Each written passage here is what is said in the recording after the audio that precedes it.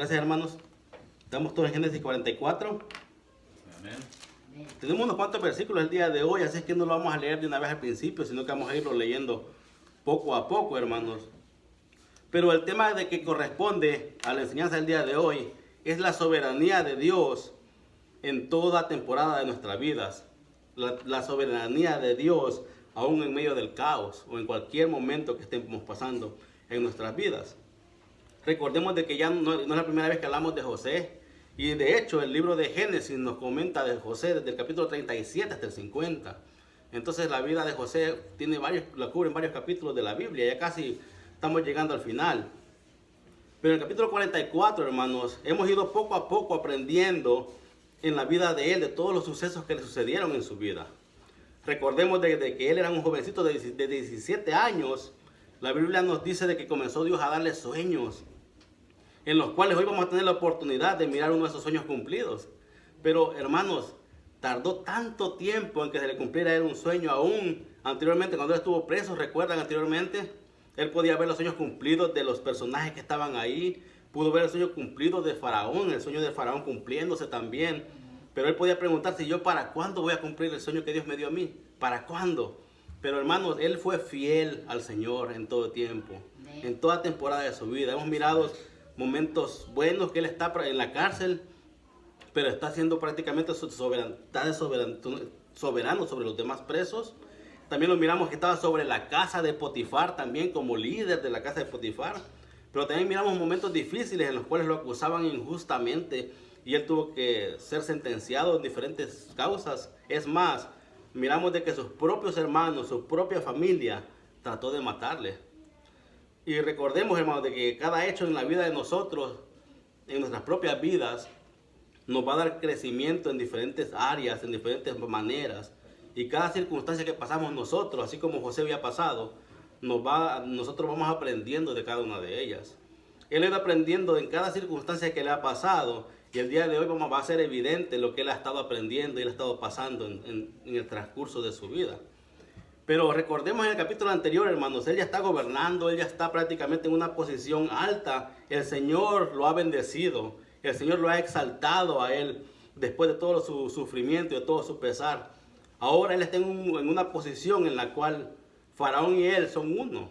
Él está reinando sobre Egipto y el Señor le dio la sabiduría para que él pudiera llevar a cabo este tiempo, de que pudiera él guardar lo suficiente para que en este tiempo ahora que está pasando, él pudiera estar proveyendo a otros pueblos y de esa manera enriquecer a la ciudad o el pueblo, el lugar en el cual él habitaba, ¿verdad? Egipto, este gran país.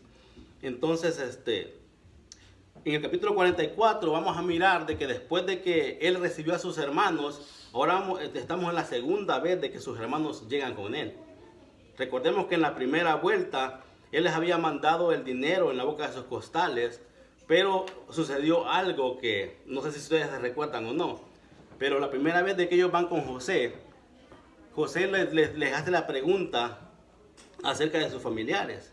Ellos al decirle de que tienen un hermano menor, un papá, ellos reconocen de que hay alguien ahí que él no puede mirar lo que es su hermano menor. Entonces él los va a mandar a sus hogares, pero va a hacer un trato con ellos. Un hermano de ellos tiene que quedarse ahí en Egipto. Un hermano de ellos tiene que quedarse como garantía de que ellos al regresar va a venir su hermano prácticamente de la misma madre, porque recordemos de que él y Benjamín son hijos de la misma mamá, ¿verdad? Y él quiere mirarlo, él quiere saber que en realidad su hermano está bien. Recordemos de que sus hermanos trataron de matarlo a él. Lo aventaron en una cisterna sin agua, claro, y pues le va a haber dolido. Y después lo vendieron. No les importó su sufrimiento, no les importó todo lo que le estaba pasando, no les importó completamente nada a sus hermanos. A excepción de dos que trataron de salvarlo de sus manos. Uno dijo, lo vendemos para no matarlo. Otro dijo, después regreso a rescatarlo de acá. Pero recordemos también, hermanos, de que en José, en él mismo, él pudo sentir ese dolor y ese sufrimiento de sus hermanos. Entonces, cuando sus hermanos llegan y él al verlos, le pudieron haber pasado por su cabeza demasiadas cosas. Una de ellas puede ser de que después de él, su hermano, ahora menor que él, podría llegar a ser el favorito de su padre, ya que era la misma madre. Y al no llegar en ese lugar ahí con ellos, podría haber pensado de que le podrían hacer lo mismo a su hermano que a él le hicieron. Entonces él quiere comprobar que su hermano está bien. Entonces él manda a sus hermanos, y claro, se queda con Simeón ahí, ¿verdad? Deja a uno de ellos prácticamente detenido en Egipto. Y en el capítulo anterior, hermanos, en el capítulo 43, la semana pasada, para recordarles un poco de contexto, pudimos apreciar cuando ellos le da a su hermano de regreso a ellos. Cuando ellos llegan y ven a Benjamín, él se alegra en su corazón. Él saca a su hermano y no solamente se queda ahí, sino que él prepara un banquete para ellos. Una cena, manda a matar un animalito para poder alimentarlos, para poder festejar con ellos. Claro, ellos no saben ni por qué ni cómo está sucediendo todo esto. Él lo sabe porque él, a pesar de todas las circunstancias que han pasado, él siente felicidad al ver a su hermano menor que está bien y que no tuvo la misma suerte que a él le había sucedido. Pero ahí nos quedamos la semana pasada, cuando ellos tienen este banquete, ellos están festejando prácticamente. Él está hablando con ellos, él les está cortejando prácticamente, podría decir de esa manera, a sus hermanos. Entonces en el capítulo de hoy, hermanos, vamos a mirar qué continúa después de este evento, en el cual prácticamente todos están felices, todos están contentos, están pasándola bien, un momento bonito. O sea, pues ustedes saben el dicho, ¿verdad? Cuando uno está llenito, está contento, ¿verdad? Ya comió, ya está feliz. Entonces ellos ya comieron, ya te disfrutaron, ya la pasaron bien con su hermano sin saber qué es él. Pero ahora va a suceder algo, hermanos, y no es de que José sea una persona bipolar, de que está contento y después está enojado, sino que él está llevando un propósito a cabo, el cual vamos a mirar el día de hoy al final. Que muchos a veces le dan, y voy a dar unos puntos más adelante, que muchos pueden pensar de que lo está haciendo con mala intención. Pero el que conoce el corazón de José y lo ha mirado, la actitud de él, la forma en la que él está trabajando y obrando y moviéndose, uno puede darse cuenta de que su corazón probablemente no es un corazón en maldad hacia sus hermanos, sino que él quiere lograr algo mayor de ellos. Él quiere lograr arrepentimiento, él quiere lograr ver un cambio en sus vidas, él quiere lograr algo con el cual él pueda confiar en ellos antes de dar el siguiente paso. Pero en este, hermano, vamos a mirar que Dios está siendo soberano a pesar de las circunstancias. Quiero leer para ustedes unos versículos que encontramos en Lucas, y este prácticamente es un reto antes de que comencemos para ustedes. En Lucas capítulo 24, versículo 25 al 27. En este versículo encontramos estas palabras. Dice que Jesús, entonces él les dijo, Jesús, ¿verdad? Oh insensatos y tardos de corazón, para creer todo lo que los profetas han dicho. Y recordemos de que en esta porción, si usted no lo sabe, es en el camino de Maús, cuando van los discípulos hablando de que lo que había pasado, desde que Jesús había muerto. Pero Jesús aquí los va a confrontar y les va a decir que, oh insensatos y tardos de corazón para creer todo lo que los profetas han dicho. Dice, ¿no era necesario que el Cristo padeciera estas cosas y que entrara en su gloria? Y el versículo 27 le dice, y comenzando desde Moisés y siguiendo por todos los profetas, les declaraba en todas las escrituras lo que de él decían. Entonces, hermanos, este es un reto para ustedes, para que tengan ahí algo en que entretenerse en lo que estamos adelantándonos y profundizando en este capítulo. Pero el reto para ustedes el día de hoy es que en este capítulo, hermanos, puedan mirar una foto del Evangelio. La palabra nos dice de que todas las escrituras nos hablan de Jesucristo. Yo quiero que ustedes, en lo que está en el transcurso que vamos hoy, profundizando en el capítulo 44 y 45, una parte del 45, ustedes puedan observar una foto del Evangelio. ¿Dónde está Jesucristo representado ahí?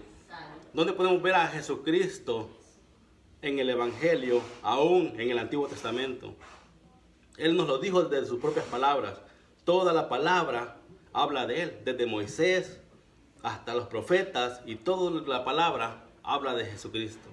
Entonces, hoy en lo que vamos profundizando en este capítulo, usted solamente piensa en una porción de la que leamos, o si la ve más de una vez, perfecto.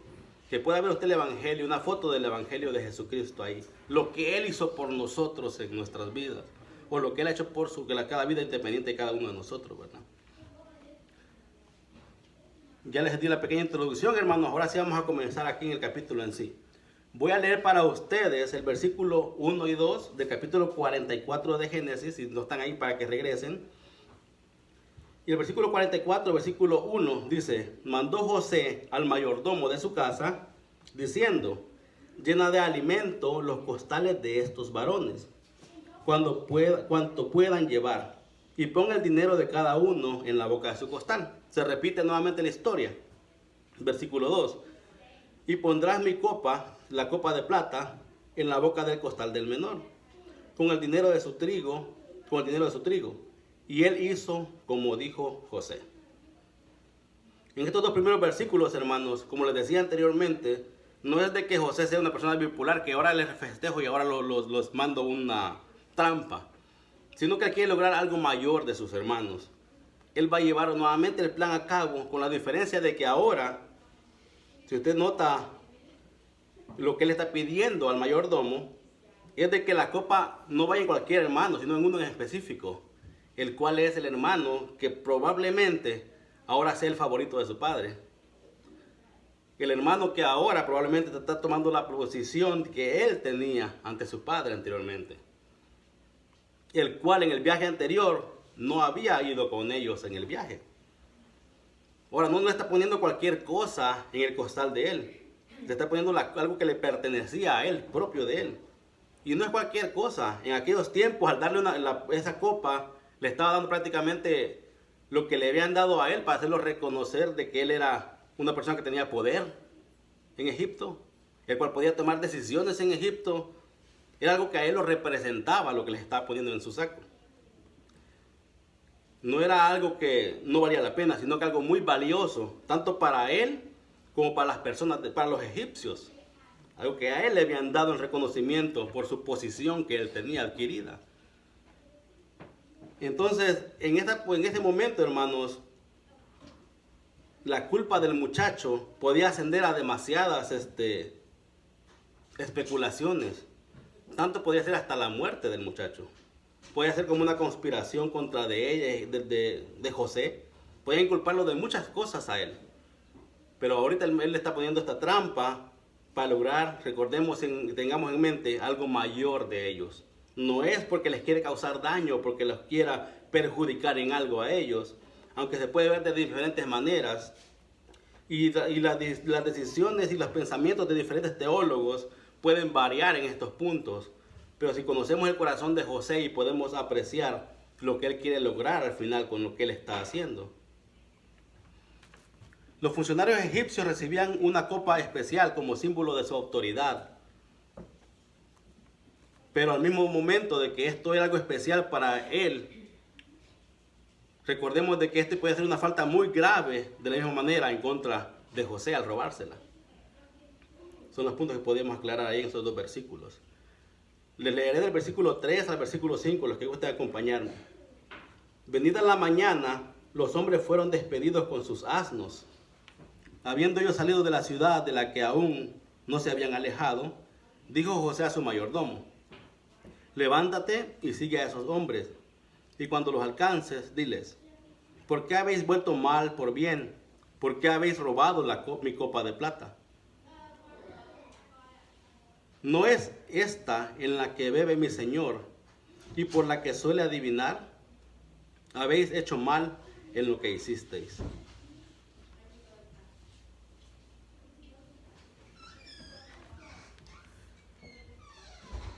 Lo están inculpando de algo muy grave al salir de ese lugar.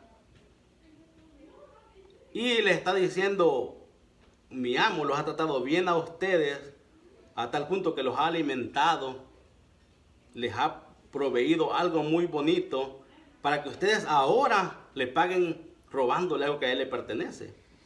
Es como que les he ganado la confianza de poder estar en el lugar con él, y ahora ellos hayan, en lugar de pagado bien y agradecido, le hayan salido robando algo a él. Hermanos, ¿a ustedes alguna vez los han acusado de algo que es injusto? ¿Cuál sería la respuesta de cada uno de ustedes si los están culpando de algo que es injusto? Ellos pudieron haber respondido de diferentes maneras a la acusación a la cual ellos le están llegando ahora este personaje, este egipcio. Pueden haber muchas formas en las cuales uno podría contestar, pero vamos a mirar que la decisión de la forma en la que ellos contestan es la adecuada con respecto a tal acusación.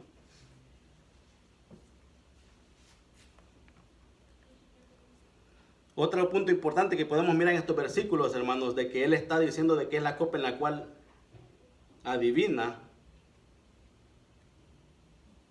Pero hay diferentes formas de pensar con respecto a este punto. En el versículo 5 dice, ¿no es esta en la que bebe mi Señor y por la que suele adivinar? Y muchos pueden pensar de que José era un personaje el cual se había tomado su posición para poder practicar cosas que no son conforme a la voluntad de Dios. Pero recordemos de que el punto aquí no es de que José adivinaba. El punto aquí es de que la copa era muy valiosa y que ellos podían llegar a pasarla muy mal al haberla robado. También recordemos que los egipcios tenían muchas prácticas en las cuales probablemente José nunca estuvo involucrado. Al mirar la forma en la que él se movía y obraba, muchos teólogos le dan a él el voto de que nunca practicó tales cosas. Algunos dicen de que por la vida de José pueden pensar de que él está aferrado completamente a Dios y hacer a un lado todas las prácticas egipcias y él poder continuar limpio ante los ojos del Señor. Algunos teólogos dicen que él pudo haber tomado ese nombre debido a que él había interpretado los sueños de Faraón y que muchos podían mirarlo como una persona que adivinaba, que sería prácticamente como una forma en la que los podían mirar los egipcios a él. Otra es de que otros teólogos dicen de que puede ser de que lo practicara en alguna ocasión, pero que aún no llegaba a la ley, todavía la ley no había sido dada, y que prácticamente no lo veían como una falta. Pero son diferentes interpretaciones que yo pude encontrar pero la mayoría de teólogos piensan de que él no se miró influenciado por prácticas egipcias, las cuales iban en contra de Dios. Recordemos de que él en su vida, en su testimonio, en toda su vida hasta el momento, lo hemos mirado como una persona que está completamente aferrado y sirviéndole al Señor en todas circunstancias de su vida. Entonces no podemos pensar de que esta sea la excepción a la cual él está ahora en esta posición de poder. Y recordemos de que la tarea que el faraón le había dado a él era una tarea específica, la cual llevaba a cabo lo mismo que él había interpretado en el sueño, de poder tener un equipo guardando todo para poder soportar el tiempo de calamidad. Esa prácticamente era su posición específica de José. José no tenía una posición de estar adivinando sueños. José no tenía una posición de estar como un mago en Egipto. La posición de José era clara y específica. La encontramos anteriormente. De que de acuerdo a lo que él había interpretado en el sueño de Faraón, Faraón le dijo, tú serás la persona perfecta la cual pueda tener este cargo de poder guardar todo lo necesario para que el tiempo de sequía y de hambre pueda tener lo necesario para poder subsistir. Y recordemos, hermanos, que esa no era una posición pequeña. Era una posición que conllevaba en él prácticamente toda su fuerza, sus esfuerzos y poder lograr esto en un país completo, hermanos. Él era como el faraón, lo van a llamar ahorita más adelante.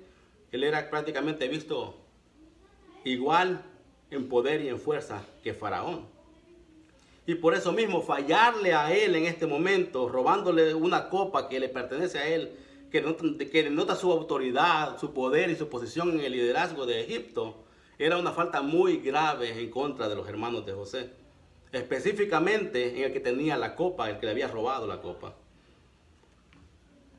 Entonces, aclarando un poco esos puntos ahí, hermanos, vamos a seguir en el versículo 6 y 7, si me permiten, por favor. Versículo 6 dice, cuando él los alcanzó, les dijo estas palabras, y ellos le respondieron, ¿por qué dice nuestro Señor tales cosas? Nunca tal hagan tus siervos. La defensa de ellos, hermanos, no fue en una forma tanto a la defensiva, pero sí al instante. Lo que denota en esta respuesta que ellos le han dado, hermanos, es algo muy diferente a la forma en la que nosotros hemos mirado a los hermanos de José en el pasado. Si ustedes pueden notar en esta vez, ellos están todos a la misma, en unidad, respondiendo, nosotros no hemos hecho esto. Anteriormente, en el complot que tenían contra su hermano José, ellos estaban en unidad, pero al mismo tiempo habían unos que variaban en cuanto a la respuesta que estaban dando. En este momento yo puedo ver la unidad de sus hermanos en cuanto a defender un punto. Ellos responden al instante. Ellos están respondiendo rápidamente, sabiendo de que no traen nada a ellos y confiando el uno con el otro de que no están fallando en esto. Si no, miraríamos de que uno dice, oh no, yo no la tengo, ¿por qué te la robaste al otro? Pero si ustedes leen, ellos están actuando unánimemente, en unidad. Están diciéndole, nunca tal hagan tus siervos. Anteriormente no hemos mirado ese tipo de unidad en la familia de José. Y puede ser un punto por el cual José más adelante, cuando llegan con él, puede darse cuenta de que sus hermanos no le están mintiendo. Porque están actuando en una forma unida, representándose uno con el otro. Nunca tal hagan así tus siervos. Y es una respuesta plural, no es individual. Más adelante vamos a mirar individualmente que uno le contesta al otro. Pero en este momento podemos mirar un cambio en sus hermanos. Anteriormente se habían unido en algo malo que estaban haciendo, pero con ciertas variaciones en el discurso que estaban teniendo. Muchos querían matarle a José, pero otro quería no matarlo, otro quería librarlo, otro quería después rescatarlo, otro quería venderlo. Eran diferentes formas de pensar de cada uno de ellos, pero ahora, hermanos, están unidos en lo que está pasando. Y también puede ser probablemente a la calamidad y el momento difícil que está pasando en su familia, que están actuando también unidamente sus hermanos. Pero ahora, hermanos, hay una diferencia en su respuesta. Y vemos firmeza en la respuesta. La firmeza a la cual podemos darnos cuenta de que ellos están seguros de lo que están diciendo. Versículo 8, leo para ustedes. He aquí el dinero que hallamos en la boca de nuestros costales, te lo volvimos a traer desde tierra de Canaán. ¿Cómo pues habíamos de hurtar de casa de tu señor plata ni oro? Ahora ellos están prácticamente defendiendo la defensa de ellos. ¿Sabes qué? Nosotros, si hubiéramos querido robarte, lo hubiéramos hecho anteriormente cuando nos regresaron el dinero en los costales. Pero nos estás acusando de algo ahora, pero nosotros podemos comprobarte que anteriormente no lo hicimos cuando tuvimos la oportunidad. Así es que ahora pues están pidiendo un voto de confianza por medio de que ellos ya han llegado y regresado el dinero. ¿Es una prueba de inocencia haber regresado el dinero en sus costales? Puede ser tomado en cuenta. Pero en el versículo 9, ellos van a subir un poco más la decisión a tomar de parte del egipcio. En el versículo 9, ellos le van a poner un alto costo a la persona que tiene la copa.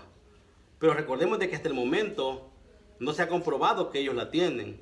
En el versículo 9 ellos piensan claramente uno con el otro, con su hermano, de que nadie la tiene. Ellos no se esperan de que la copa esté ahí. Ellos piensan de que verdaderamente ellos no han hurtado nada. Y tienen tal valor en hacer tal aclaración de que van a decir estas palabras en el versículo 9. Aquel de tus siervos en quien fuere hallada la copa, que muera. Y aún nosotros seremos siervos de mi Señor. Están tan convencidos ellos de que no tienen la copa en su poder, de que son capaces de pedir la muerte del que la tenga y la esclavitud de ellos al encontrarla.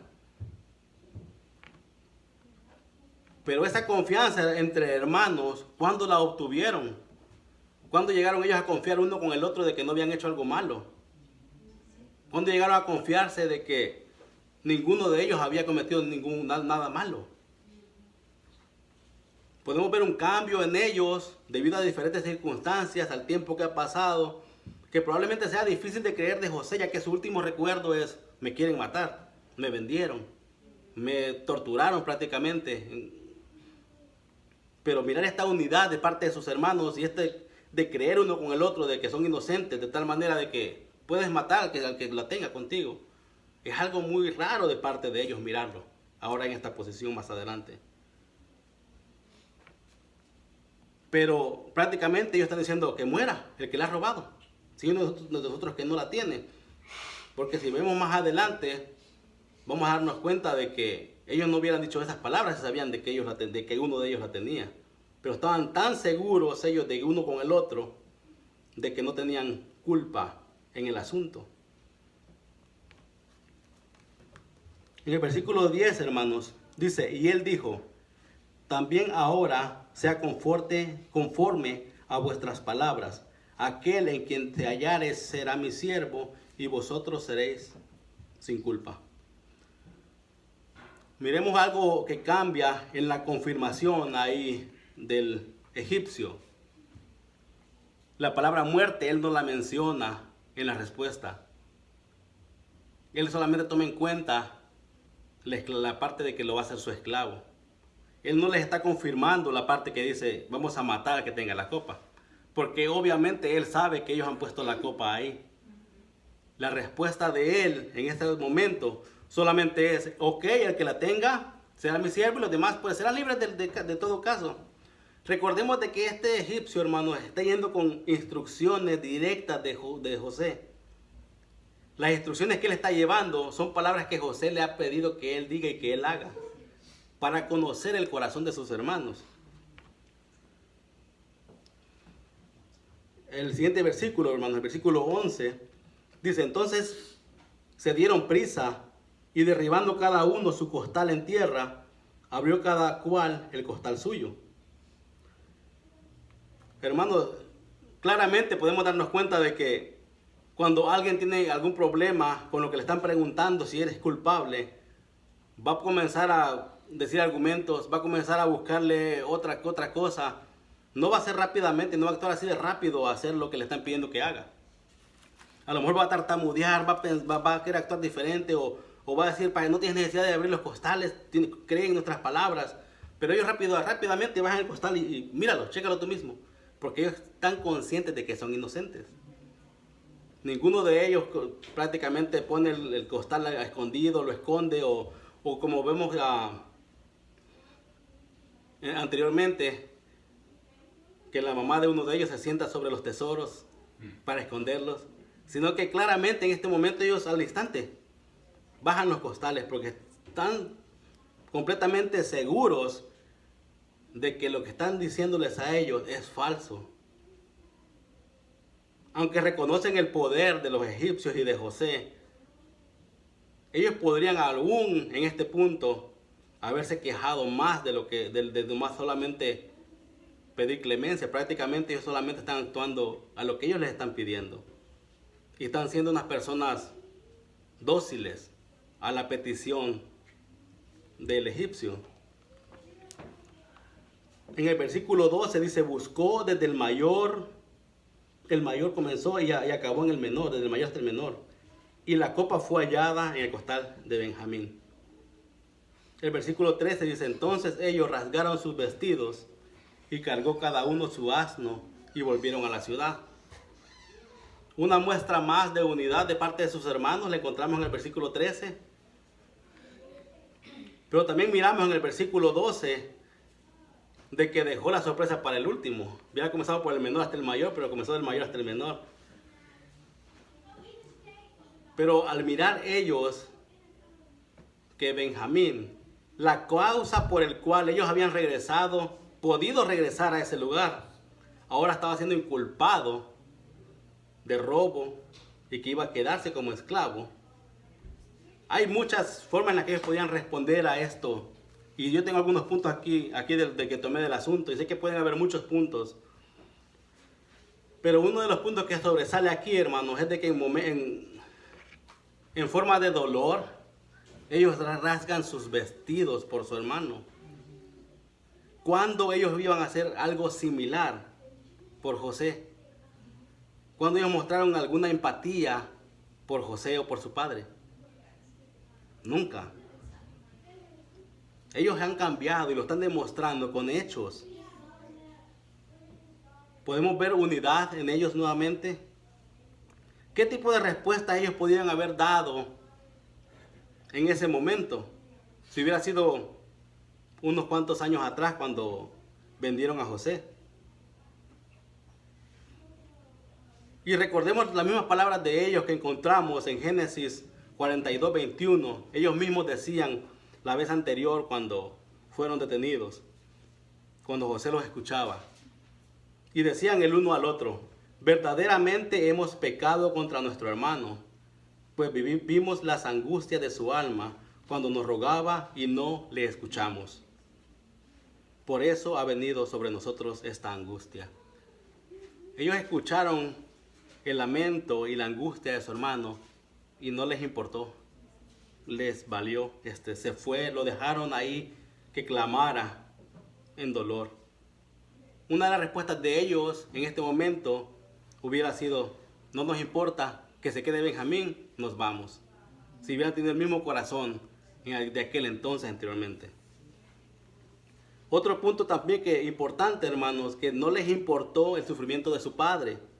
En Génesis 37, versículo 34, dice: entonces Jacob rasgó sus vestidos cuando le dijeron que José había sido devorado por una bestia y que él se la creyó, y puso cilicio sobre sus lomos y guardó luto por su hijo muchos días. Y esos muchos días, hermanos, todos sus hijos estaban ahí y miraron a su padre en esta situación y no les importó. No les importó el sufrimiento de su padre, no les importó el sufrimiento de su hermano, pero ahora se están rasgando los vestidos por Benjamín. Les ha calado todo lo que ha pasado en sus vidas en gran manera, y si le sumamos ahora la calamidad que están viviendo ya por 2 años, porque le va a decir José, quedan 5 años más de hambruna, y si le sumamos todo lo que ha pasado también Judá, que va a hablar más adelante en su vida, en lo que leíamos en algunos capítulos anteriores, podemos darnos cuenta de que los tropiezos y todo lo que ellos han pasado les ha servido de algo. Y aunque hoy vamos a mirar de que hay arrepentimiento, de que hay aún vamos a mirar de que en los hermanos de José, más adelante cuando muere su padre, aún todavía ellos tienen algo en su corazón de que ellos dicen: ¿será de que ahora que murió nuestro padre, él se va a vengar de nosotros? Hoy va a haber reconciliación, hoy va a haber unidad, hoy va a haber de todo, hermanos, pero aún en sus mentes todavía quedaba algo pensando: ¿será que solamente por nuestro padre que él nos ha tratado de buena manera y cuando él muera y falleció, ahora nos va a tratar, se va a vengar de nosotros? Porque las cosas que las personas hacen, hermanos, van a estar ahí en su corazón guardados todo el tiempo. Lo que hacen o lo que te hagan va a llevar algo en tu corazón de que vas a tener cierto pensamiento toda la vida de lo que ha pasado. Y claramente las caídas a veces te hacen más fuertes y hacen que le confíes al Señor todas tus pesares y todas tus dolencias, y podemos poner nuestra confianza en el Señor. Y cada uno de ustedes y hasta yo mismo podríamos pasar ahorita diciendo todo lo que el Señor ha hecho en nuestras vidas, cómo el Señor nos ha fortalecido, cómo el Señor nos ha proveído, cómo el Señor ha estado ahí en toda la temporada de nuestra vida, mala y buena. Podemos contar muchas historias, pero recordemos, hermanos, de que a pesar de los momentos difíciles, a pesar del caos, el Señor es soberano, el Señor está ahí y podemos mirarlo a Él, a pesar de las circunstancias también. En este momento los hermanos de José están viendo un cambio diferente en la vida de ellos. Están actuando de una manera que no nos esperaríamos que actuaran. Ya en el viaje anterior miramos de que ellos pues dejaron a su hermano ahí, pero ahora están ellos actuando de una manera completamente diferente. Porque prácticamente Benjamín era la causa por la cual ellos podían regresar a su padre y que él estuviera feliz. Y pueden haber más puntos los cuales podríamos agregar también a esto, hermanos, pero vamos a continuar en el versículo 14. El versículo 14 dice: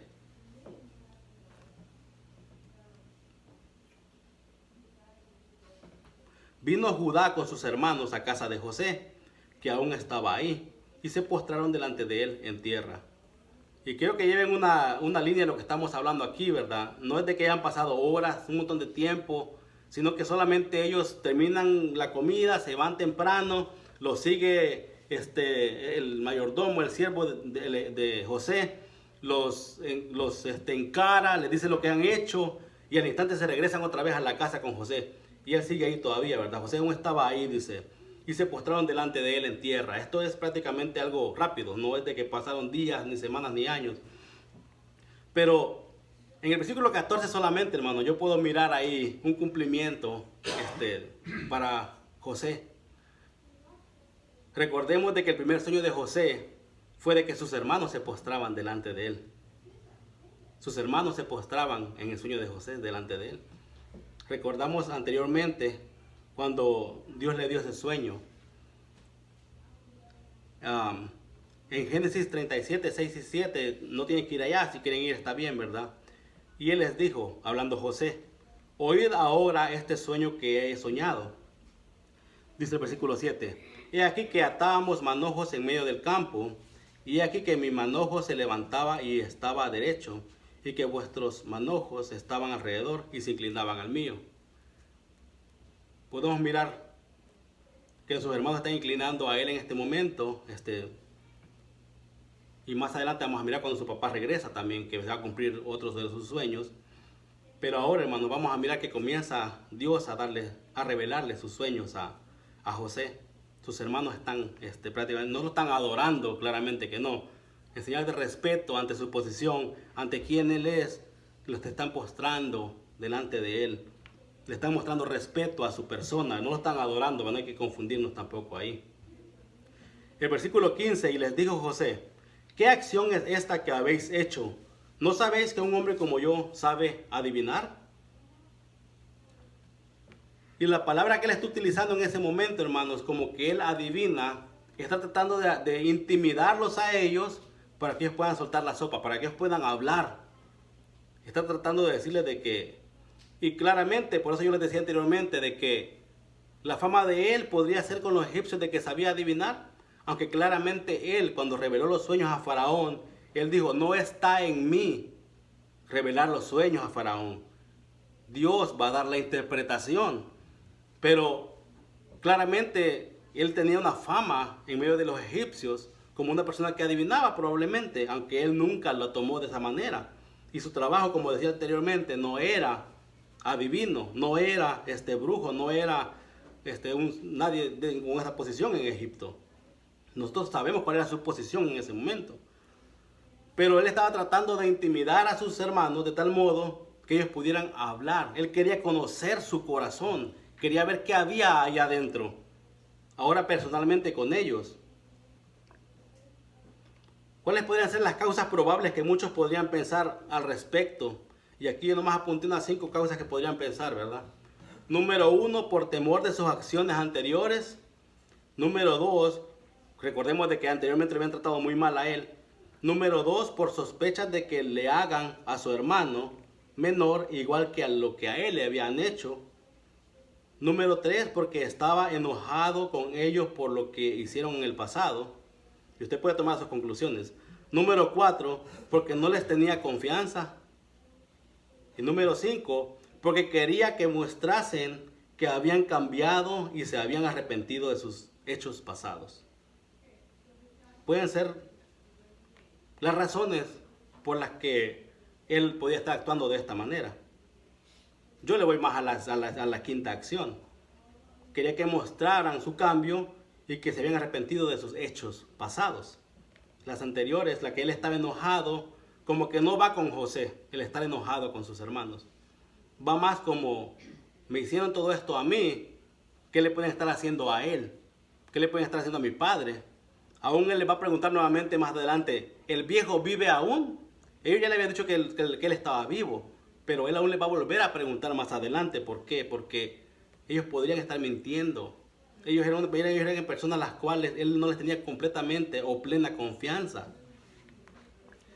El saber adivinar, como les recalcaba, estaba prácticamente tratando de atemorizarlos para que ellos hablasen desde su corazón a él. Ustedes saben que cuando alguien está con miedo, con temor, a veces suelta todo lo que tienen que soltar. Yo recuerdo que, y sé que esto es algo que hacen los policías, ¿verdad? O cualquier personaje de investigación. Pero cuando ellos llegan a un lugar a tomar un informe, lo que ellos hacen es que separan a las personas y ellos los van a intimidar. Si tú no dices la verdad, vas a irte a la cárcel, porque quieren que digan la verdad, quieren que suelten la sopa. Y más de algunos la va a soltar, ¿verdad? De todos los que están agarrando. Entonces es algo similar, él lo está tratando de como de atemorizar para que ellos puedan decir en realidad desde su corazón. Pero recordemos nuevamente, no significa que él sea un brujo, que él sea un adivino, que él sea un mago, ni nada por el estilo.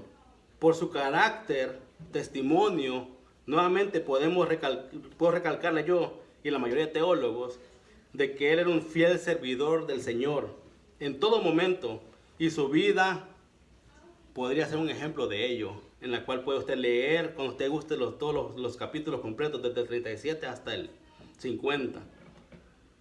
Versículo 16. Entonces dijo Judá: ¿qué diremos a mi señor?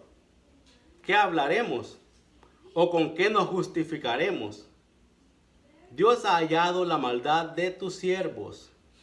He aquí, nosotros somos siervos de mi señor, nosotros y también aquel en cuyo poder fue hallada la copa.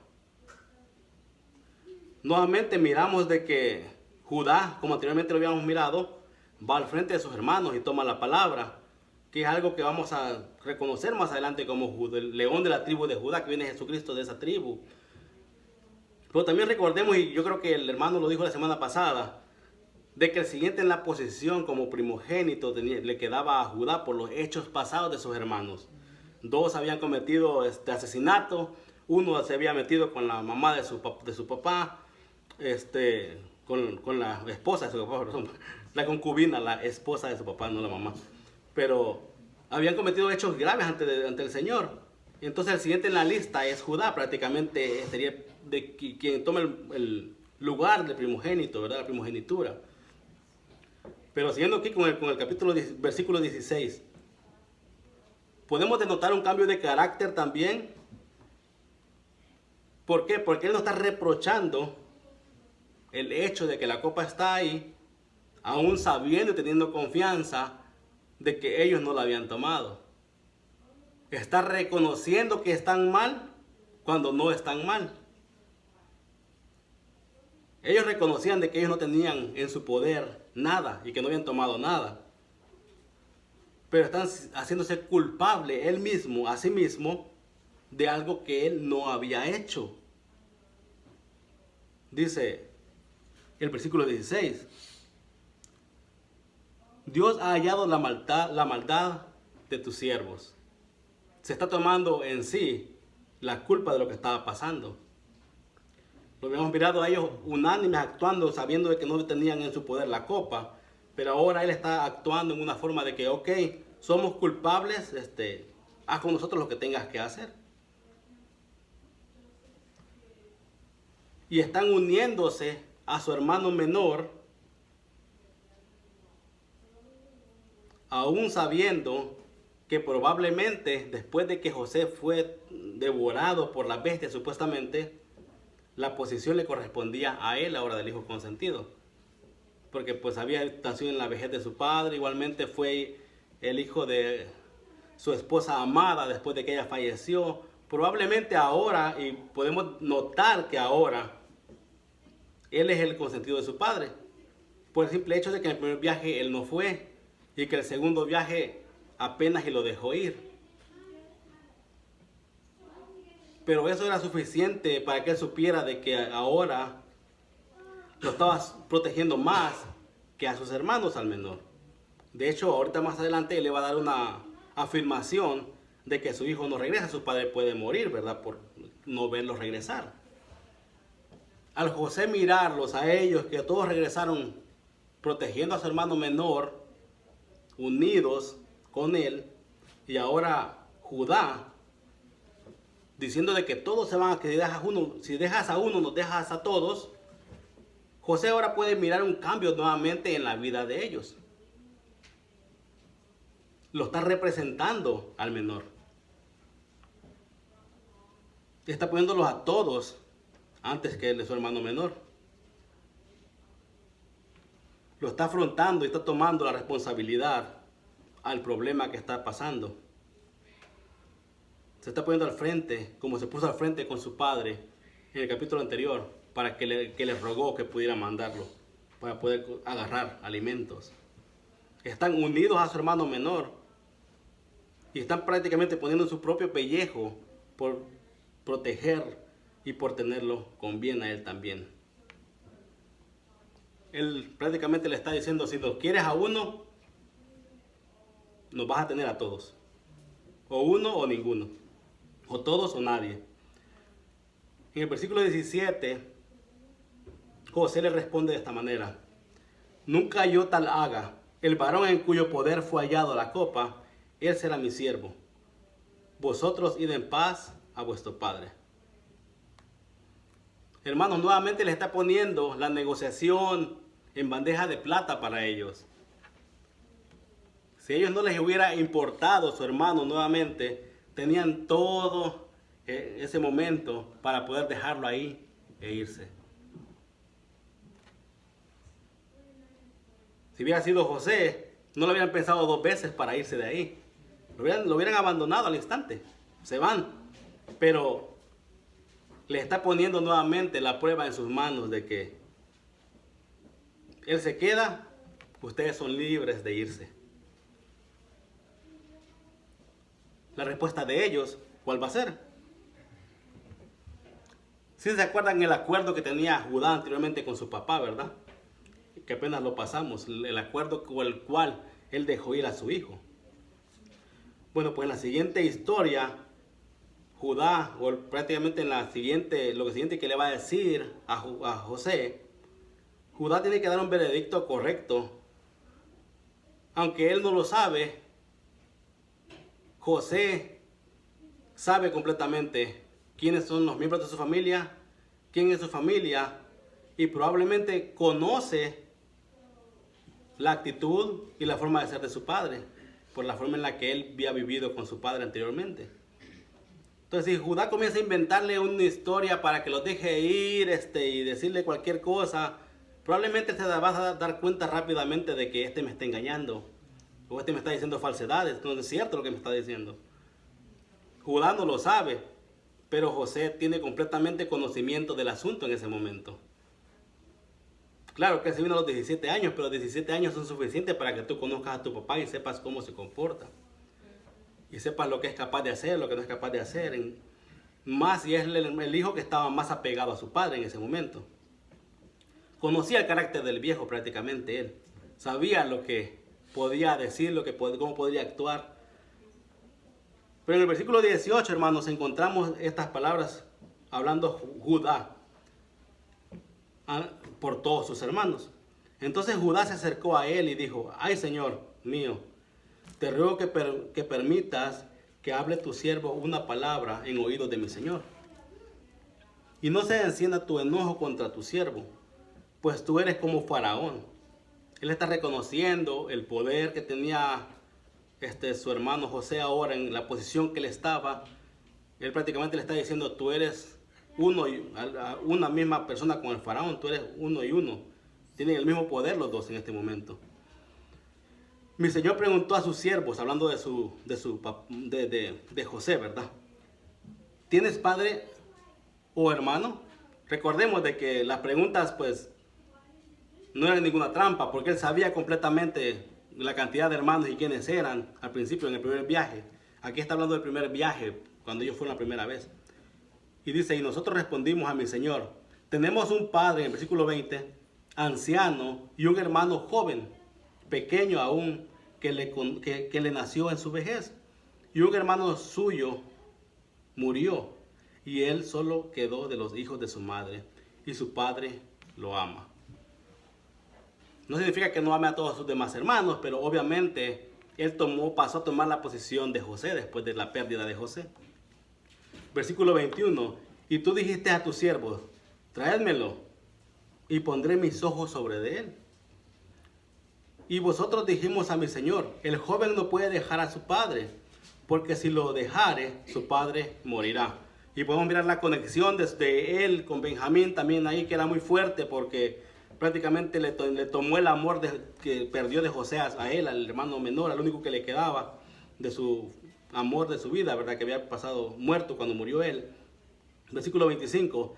Y dijo nuestro padre: volved a comprarnos un poco de alimento. Y esto pasó anteriormente, en el versículo anterior, ¿verdad? Capítulo anterior, perdón. Versículo 26. Y nosotros respondimos: No podemos ir si nuestro hermano va con nosotros. Iremos, porque no podremos ver el rostro del varón si no está con nosotros nuestro hermano el menor. Entonces no podremos ir a menos de que vaya mi hermano menor, así sí vamos a ir, porque pues prácticamente él les dijo, si él no viene, no regresen. Y es más, se quedó su hermano allá con ellos, con el detenido. Versículo 27. Entonces tu siervo mi padre nos dijo, vosotros sabéis que 2 hijos me dio a luz mi mujer. Y también recordemos de que no nomás tenía 2 hijos, ¿verdad? Pero son los que él amaba y les tenía más cariño. Versículo 28. Y el uno salió de mi presencia y pienso de cierto que fue destrozado. Y hasta ahora no lo he visto. 29. Y si tomáis también a este de delante de mí y le acontece algún desastre, haréis descender mis canas con dolor al Seol. Versículo 30. Ahora pues, cuando vuelva yo a tu siervo, mi padre, si el joven no va conmigo, como su vida está ligada a la vida de él, sucederá que cuando no vea al joven, morirá, y tus siervos harán descender las canas de tu siervo, nuestro padre, con dolor al Seol. Ahora, cuando le nació ese amor a Judá, a su padre, cuando es que cambió la forma en la que no le importó cómo él estaba sufriendo por su hijo, ahora me importa cómo mi padre va a sufrir por este otro hijo. Cuando hubo ese cambio de carácter en la vida de ellos, bueno, en el transcurso del tiempo han ido cambiando y claramente puede ser notorio un cambio en la vida de ellos. Y José, pues probablemente al escuchar estas palabras, estaba admirándose y escuchando cosas las cuales él no pensaba escuchar de sus hermanos, puede ser algo admirable para los oídos de él. Versículo 32. Como tu siervo salió por fiador del joven con mi padre, diciendo, si no lo vuelvo a traer, entonces yo seré culpable ante mi padre para siempre. Versículo 33. Te ruego, por tanto, que quede ahora tu siervo en lugar del joven, por siervo de mi señor, y que el joven vaya con sus hermanos. Porque, ¿cómo volveré yo a mi padre sin el joven? No podré, por no ver el mal que sobrevendrá a mi padre. Y es algo admirable, hermanos, de parte de sus hermanos, especialmente de Judá, aunque recordemos que Judá fue el que había intervenido también para que lo vendieran en lugar de que lo matasen. También él fue el que dijo, vendamos lo mejor. Prácticamente lo había rescatado de que lo mataran, él y su otro hermano. Pero de cuando acá ellos le había comenzado ese amor tan grande por su padre, o esa preocupación por hacer que su padre no sufriera. Les digo, hermanos, con el transcurso del tiempo han ido cambiando. Y en este momento probablemente para José, el escuchar estas palabras, encontró lo que él quería escuchar de ellos. O comenzó a conocer el corazón de sus hermanos de tal modo que él podía confiar ahora en ellos. Porque le estaba mostrando hechos los cuales él nunca jamás había mirado de parte de ellos. Es más, él hubiera deseado que ellos actuaran de esta manera cuando lo trataron mal a él. ¿Sí? Pero ahora, poniéndose él en la posición de su hermano, yo creo que se hubiera sentido feliz, honrado de que ellos pudieran querer dar su vida o ser esclavos a causa de él. Entonces, hermano, yo creo que esto a él le trajo recuerdos en su corazón, le trajo de tal manera que él no podía resistirse el escuchar estas palabras de parte de ellos y decir, no puedo creer lo que están escuchando de ustedes, ¿verdad? O el cambio que ha habido en sus vidas, no lo puedo creer. Y claro que de ahí terminamos el capítulo 34, ¿verdad? Y sí, vamos a tomar 15 versículos del capítulo 44, del 45. Y en estos 15 versículos va a suceder lo que todos estaban esperando cuando él se presenta a sus hermanos, ¿no? Yo creo que los que dicen que estaban viendo la serie querían que llegara ese capítulo para poder ver cuando él se revelaba a sus hermanos, ¿no? Estaban ansiosos por, ya quiero ver cómo se va a revelar, ya quiero ver. Pero él está prácticamente, su corazón, hermanos, está prácticamente sensible a la voz de ellos, de tal manera que no aguanta más lo que está escuchando, lo que está mirando. el versículo 1 dice, no podía ya José contenerse. Su corazón estaba tan delante de sus hermanos, que dice que clamó que salieran todos de ese lugar. Ya no podía más. Prácticamente lo convencieron. Pudo ver su corazón en la mano de ellos. Pudo sentir el amor y el aprecio que se tenían con su hermano menor ahora, o la forma en la cual ellos estaban actuando en una forma diferente. De tal modo que cuando no quedó nadie más que él con sus hermanos, dice el versículo 2, entonces se dio a llorar a gritos. Perdón, estamos leyendo la parte 2 del 1, perdón. Y clamó, hacer salir de mi presencia a todos, y no quedó nadie con él, al darse a conocer José a sus hermanos. Ya me estaba brincando la emoción, ¿verdad? Pero se dio a conocer a sus hermanos, él, En un momento ellos parece de que se quedan en las nubes pensando, ¿será cierto lo que está pasando o no será cierto lo que está pasando? En el versículo 2 dice, entonces se dio a llorar a gritos y oyeron los egipcios y oyó también la casa de Faraón, o sea que corrió rápido la noticia, ¿verdad? El versículo 3, y dijo José a sus hermanos, yo soy José. Les vuelve a recalcar a ellos porque los miró que pues no se la creían, ¿verdad? Habían pasado muchos años y probablemente por la forma de vestir, de actuar, completamente cambiado, no fueron capaces nunca de reconocerlos. Y creo que puede ser normal que uno deja de ver a muchas personas. Ahorita si uno regresa a su país y los que tienen muchos años ya acá, va a haber muchas personas de que te van a decir, yo te conozco a lo mejor y tú quién eres, o yo te conozco y tú quién eres, porque las personas físicamente cambian, ¿verdad? Y en uno más bueno, hermano. Va a llegar hablando inglés y luego... sí, hermano, sí. Gringo. Y sí es cierto. Y toma uno como quiera o no, toma cultura de donde uno está viviendo y actúa diferente, habla diferente. El acento no lo pierde la persona, pero sí va a comenzar a hablar un poco diferente y sí, la forma de actuar va a cambiar un poco también. Y ya ahora si te fuiste de allá siendo el asesino del pueblo y regresas ya cristiano, pues imagínense. También puede ser un cambio muy como los hermanos de José, ¿verdad? Como los hermanos de José ahora que se fueron, los recordaba él como asesinos y ahora los ve como, oye, pues ese cambio de dónde apareció, tan repentino, tantos años, pero ese cambio de dónde proviene, ¿verdad? Pero él ahora, hermano, va a hacer algo que a lo mejor en su corazón quería hacer desde que los miró.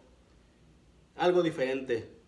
Pero él les repite nuevamente, soy yo José, porque ellos prácticamente estaban como en shock, ¿verdad? Y les pregunta nuevamente lo que él decía, ¿vive aún mi padre? Y sus hermanos no pudieron responderle, porque estaban turbados delante de él. Entonces prácticamente ellos no entendían lo que estaba pasando. Que estaban prácticamente ahorita atando cables, ¿no? Estaban todos los cables, estaban comenzando a atar cables de por qué nos estaba pasando esto, por qué el dinero se regresó, ahora sí nos damos cuenta de lo que está sucediendo aquí, es que era nuestro hermano, pero se quedaron pues perplejos, no podían ni responderle a su pregunta. Pero él les va a preguntar por su padre nuevamente. ¿Por qué, hermanos? Porque él tenía una conexión con su padre y con su hermano menor nuevamente, más allá que con sus hermanos mayores. Y recordemos de que estas personas nunca le causaban ningún mal a José también.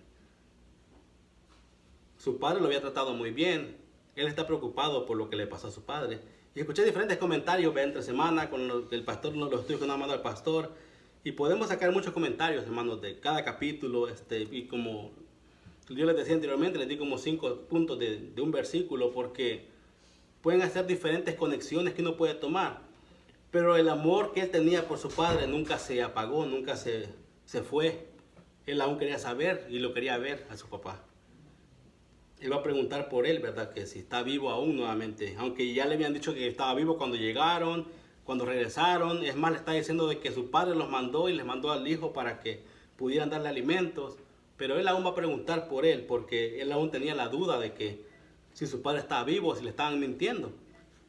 Pero claramente que él lo va a mirar más adelante. Vamos a mirar también el encuentro con su papá.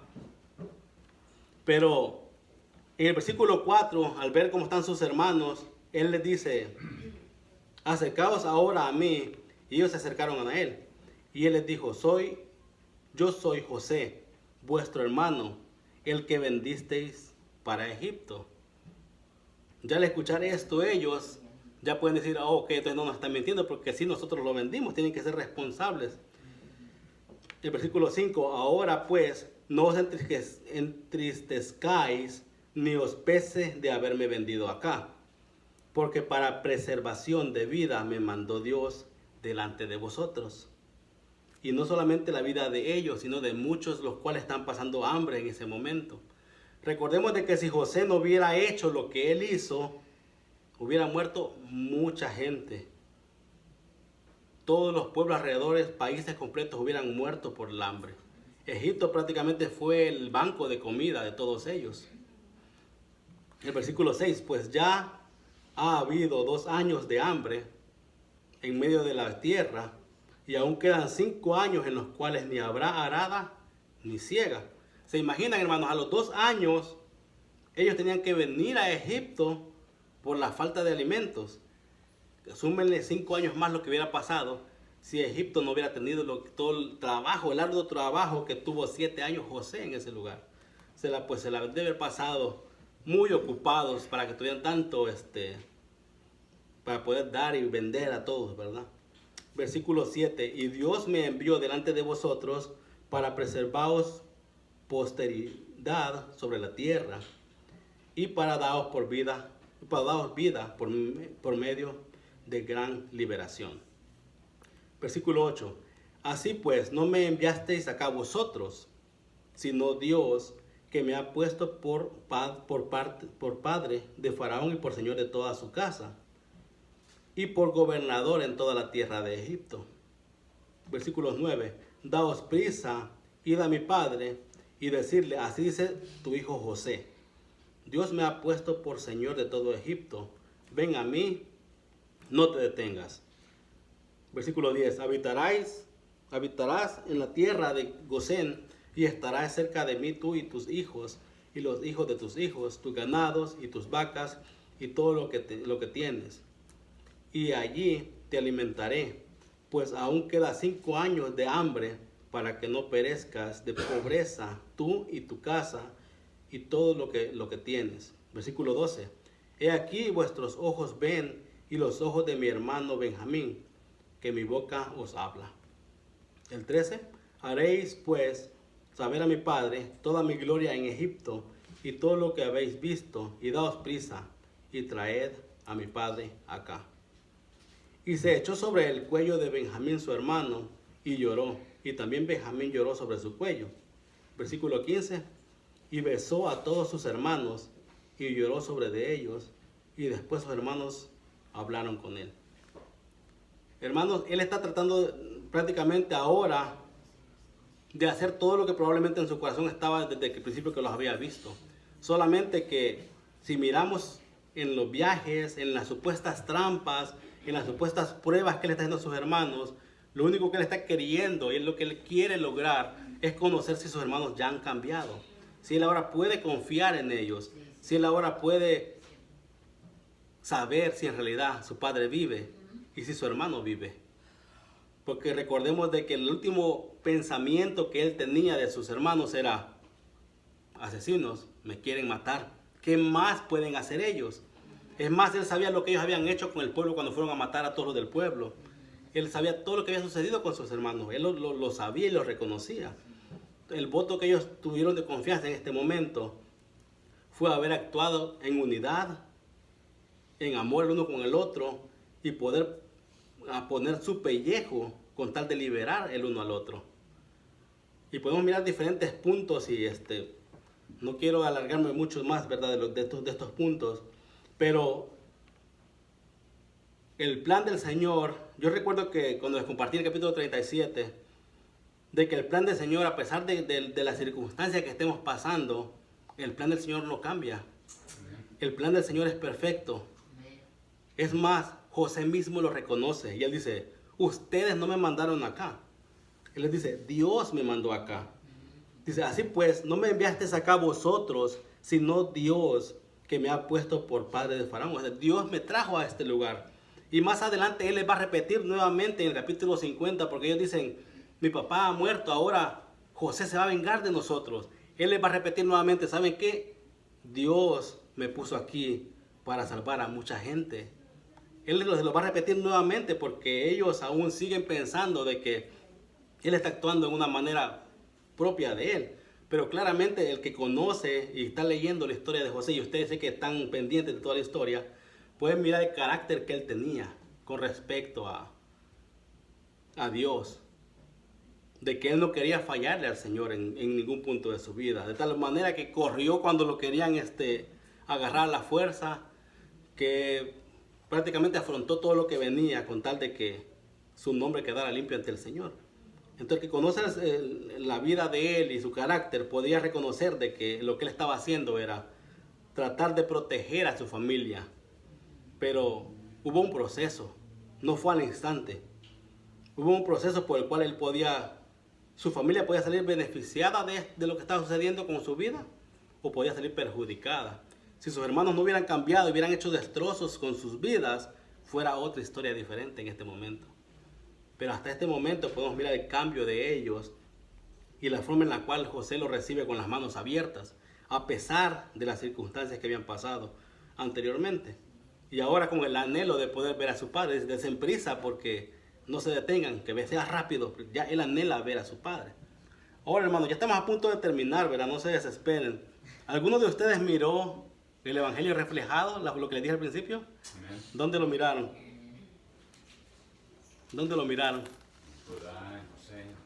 En Judá, en José. Amén. Y uno de los más claros que puede usted mirar es Judá, que está poniendo por fiador de su hermano, Benjamín. ¿Qué es lo que Jesucristo hizo por nosotros, hermanos? Él pagó nuestras faltas, Él pagó nuestras ofensas, Él se dio por nosotros completamente. Él no escatimó nada, se dio todo completo. Una forma del Evangelio podemos mirarla en Judá, el cual dijo, ¿sabes qué? Déjame a mí en lugar de él. Esa es una foto del Evangelio que podemos mirar claramente en el capítulo 44 de Génesis.